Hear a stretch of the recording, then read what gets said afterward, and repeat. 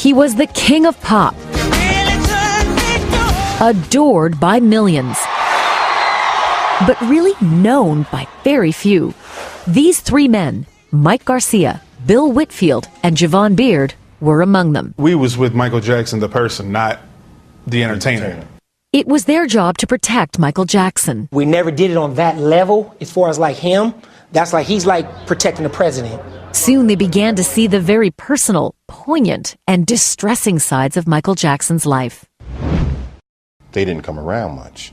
And when they did come, they came unexpected.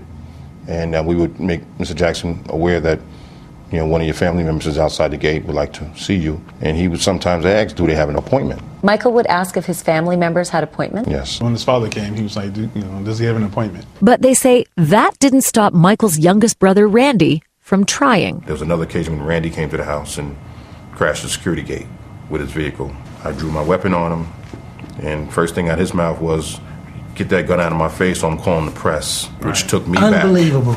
We made Mr. Jackson aware that your brother Randy is downstairs asking to see you very adamantly. And what did Michael say? He was not happy. Did he see him? No. No. Randy Jackson admits he was there that night, but denies he ever set foot on the property. And as for that much talked about family intervention for Michael's alleged drug abuse, they say they were there for that too. And he said, I'll only see my brothers. They never got into the house. No, he came outside. He came into the trailer. Security trailer, right. He met his brothers in the security trailer. Right. Absolutely. How was Michael afterwards? Fine. He didn't seem upset? No, he just left the trailer and went back in the house. I was the point man when it came to emailing. Email came to his laptop. Everything came to me. So you were the gatekeeper? Yes. Oh, absolutely. For sure.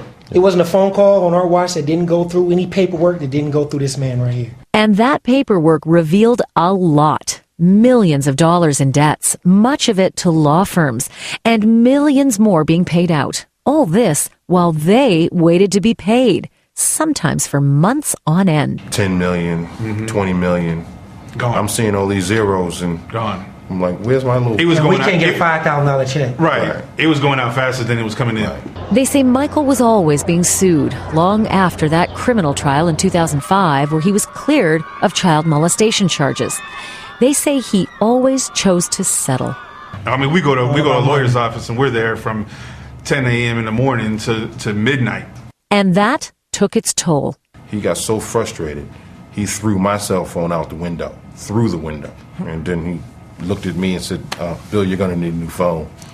But even with so much money changing hands, they say credit cards were declined and hotels were evicting. We were asked to leave hotels because the credit card on file was being Bill wasn't paid. denied. And Michael Jackson's credit cards were declined. Someone wasn't paying the bill. How often would this happen? I remember 4 different occasions. When longtime friend Jesse Jackson turned 66, they say Michael and his entourage couldn't even afford to get there. Jesse Jackson put up his credit card to fly the entire staff and team out, put us up in a hotel for 3 nights. Jesse paid for everything. Yes. Did he seem like he had a drug problem? A drug problem? No. Not a drug problem. Not a problem. Not a problem. Certainly there were times that he gave the appearance that he was probably high on something. He was intoxicated in some way, but not, I wouldn't say a problem, no. On occasion, he would ask for marijuana? He'd ask about it. Yeah. He'd ask about it. And when it came to Jackson's insomnia, the guards say they witnessed plenty. It's 3 o'clock. What's the dance floor open on? Watching, put the flashlight on. Oh, that's just the boss practicing. 3 Go right back to a.m. our trailer. Sure. 3, 4 a.m.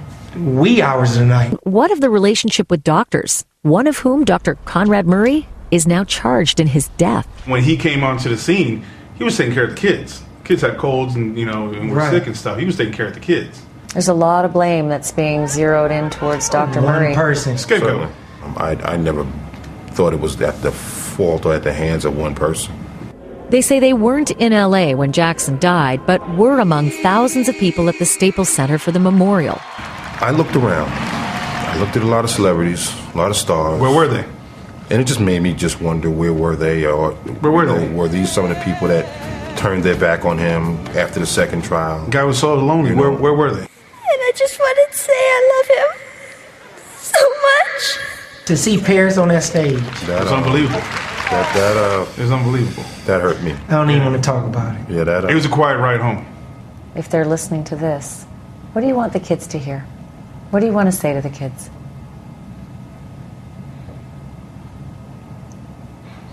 Wow.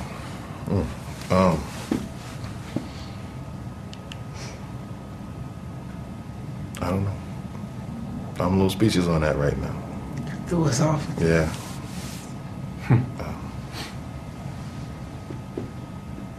Certainly we hope that we did the best that we could to make them feel like kids and provide them with some of the things that made them feel comfortable. You were everything to your, to their father. That's right. Yeah. And he was everything to them. Mm-hmm. But he's watching them now. He's watching.